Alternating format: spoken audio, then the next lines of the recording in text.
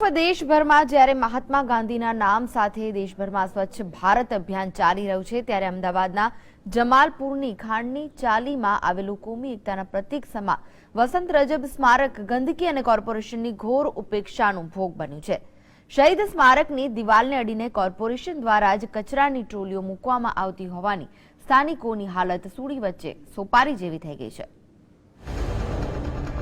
અમદાવાદના જમાલપુરમાં આવેલું આ સ્મારક કોમી એકતા જાળવી રાખવા માટે જીવ ગુમાવનાર હિન્દુ અને મુસ્લિમ દોસ્તારો એવા વસંત અને રજબની યાદમાં તૈયાર કરાયું છે।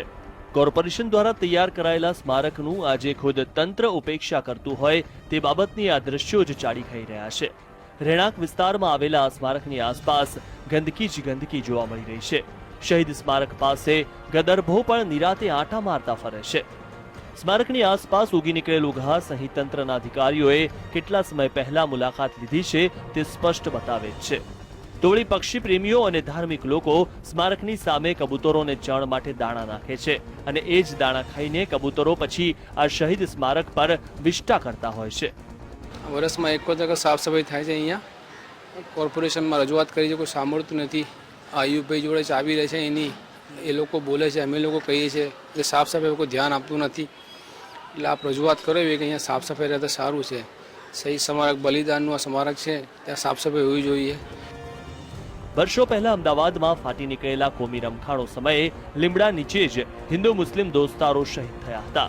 પહેલા તેમના શહીદ દિનની ઉજવણી લીમડા પાસે કરાતી, પણ સ્મારક બન્યા બાદ વર્ષમાં માત્ર એક જ વાર તેની સફાઈ થાય છે। 1 જુલાઈના દિવસે કે જે આ શહીદોનો આ ધરતી પર અંતિમ દિવસ હતો અને નેતાઓ તેમને અંજલિ આપવા માટે પધારતા હોય છે। હું આ જ્યારથી સ્મારક બને ત્યારથી આનો દેખરેખ કરું છું। આગળ પાછળ આ પહેલાં રોડ ઉપર હતું, આમનું રોડ ઉપર બધું એમની સમાધિ માટે આવતા હતા લોકો। અત્યારે તો વર્ષમાં એકવાર આવે છે। અમે આ કોર્પોરેશનને પણ કીધું છે કે આનું જે કાંઈ છે સાહેબ, આનું આગળ પાછળ બધું ધ્યાન રાખો, પણ કોઈ અમારું સાંભળતું નથી। મહાનગરપાલિકામાં ભાજપ કે કોંગ્રેસનું શાસન હોય, પરંતુ સ્થાનિકોના મતે રાજકારણીઓ તેની ઉપેક્ષા જ કરે છે। કોમી એકતા માટે ફના થનાર શહીદ બેલડી વસંત અને રજબ કોઈ એક પક્ષના નહીં પણ શહીદો હતા। એ તંત્રના નેતાઓ ક્યારે સમજશે તે એક સવાલ છે। ત્યારે સ્મારકની આસપાસ રહેનાર લોકો પણ સ્મારકની આસપાસ ગંદકી ન ફેલાવે તે પણ જરૂરી છે।